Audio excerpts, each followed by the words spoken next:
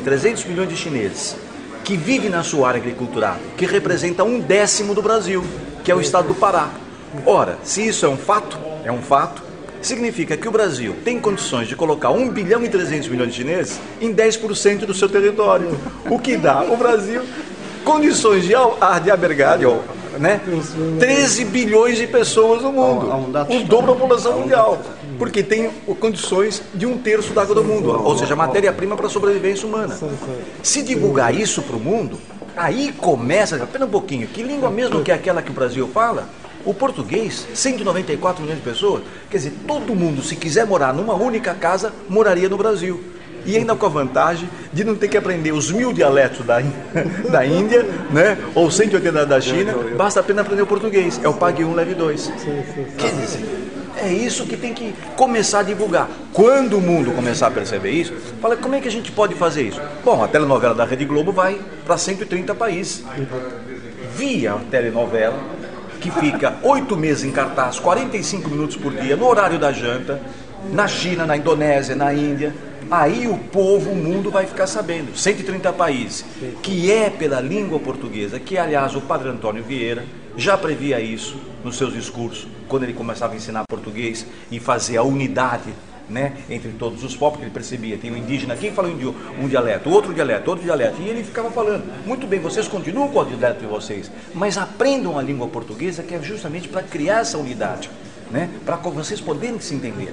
Então o Quinto Império nada mais é do que o quê? É o império da língua portuguesa, da espiritualidade, fraternidade, entende? Esse é o Quinto Império. Pois bem, e é possível agora, o Quinto Império contra-ataca. O império que acabou de cair, está começando a cair, né, que é o império monoglota do inglês, que é o norte-americano. Então o que precisa é fazer uma divulgação. Eu tenho, se vocês quiserem, um dia uma reportagem que a RTP fez comigo, de meia hora, 30 minutos, onde eu falo tudo isso. E foi pela RTP Internacional. Então o que precisa é divulgar essa mais-valia da língua portuguesa e mostrar, porque são 5 aspectos que definem a língua do futuro. É o aspecto quantitativo, qualitativo, geopolítico, geoeconômico e o poder que essa língua terá que ter de entender uma outra língua, que é justamente para não incentivar o monoglotismo. Só a língua portuguesa preenche esses 5 pré-requisitos. O aspecto quantitativo, pelo fato de nós entendermos o espanhol, são 700 milhões de pessoas, certo? Pois bem, o aspecto quantitativo, qualitativo é o poder que essa língua 2 terá que ter, porque a primeira língua é a língua materna de um povo, é o poder que essa língua terá que ter de entender, de fazer as traduções de uma forma mais fiel possível das outras línguas para nós. A língua portuguesa é infinitamente superior no seu aspecto qualitativo, né, do que a língua inglesa. Pois bem, o aspecto geopolítico e geoeconômico tem a ver com o Mercosul. Mercosul, Centro-Norte Ibero-Afroasiático, que seria a Iberofonia, que tem 500 anos, começou o Tratado de Tordesilhas, num acordo feito com Portugal e Espanha, começaram a colocar a língua portuguesa e a língua espanhola. O Mercosul, que é Brasil, Paraguai, Uruguai, Argentina, Bolívia, Chile, Venezuela, que está entrando agora. O presidente Chávez já quer a ALBA, Aliança Bolivariana das Américas, né, que é o sonho de Simão Bolívar. E os Estados Unidos quer a ALCA, Aliança de Livre Comércio das Américas.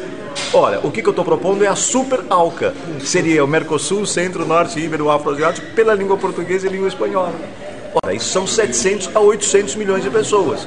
Com mais 800 milhões que falam inglês no mundo, se o John, o Poe e o Smith, aqueles 3 monoglotas que só falam inglês, ao ter o português como segunda língua, no pague 1 e leve 2, que é de borla 90% espanhol, significa que o John, o Poe e o Smith, bilíngue, primeiro o inglês, segundo o português, ele mata 2 coelhos numa cajadada só. Trava o crescimento do espanhol no próprio Estados Unidos, incentivando até o bilinguismo em toda a América Latina, né? E divulga que os Estados Unidos, numa estratégia, né, democrática, ao colocar o português como segunda língua, estará criando um mercado de 800 milhões que falam inglês, mais 800 milhões via língua portuguesa, pelo fato de entender o espanhol e 50% italiano, dá 1 bilhão e 600 milhões, 1/4 da humanidade.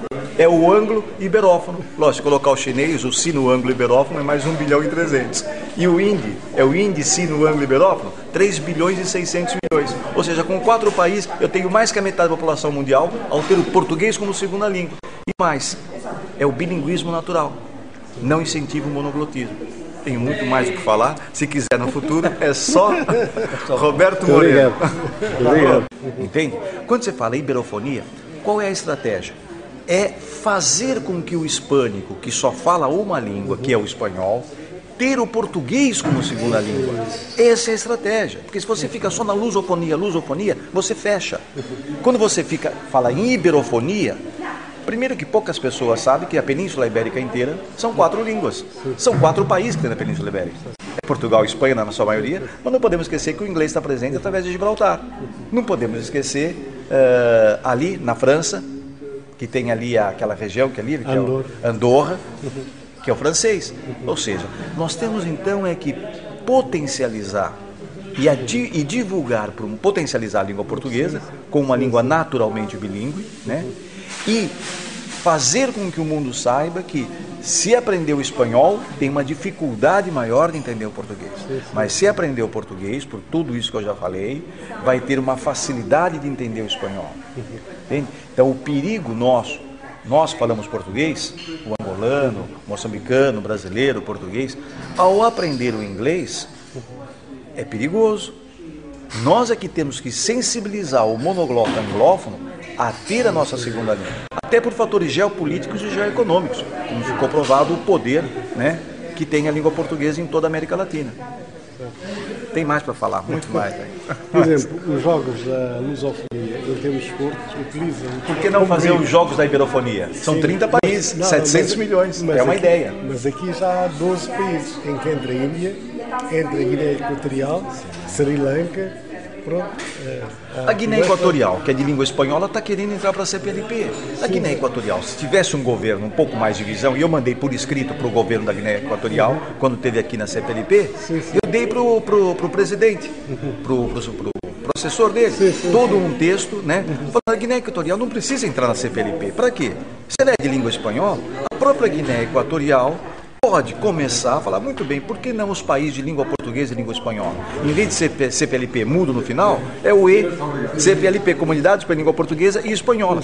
É uma pequena comunidade que já existe há 500 anos, com o Tratado de Tordesilhas, e hoje são 700 milhões de pessoas. Então, isso começa a ter... Vamos!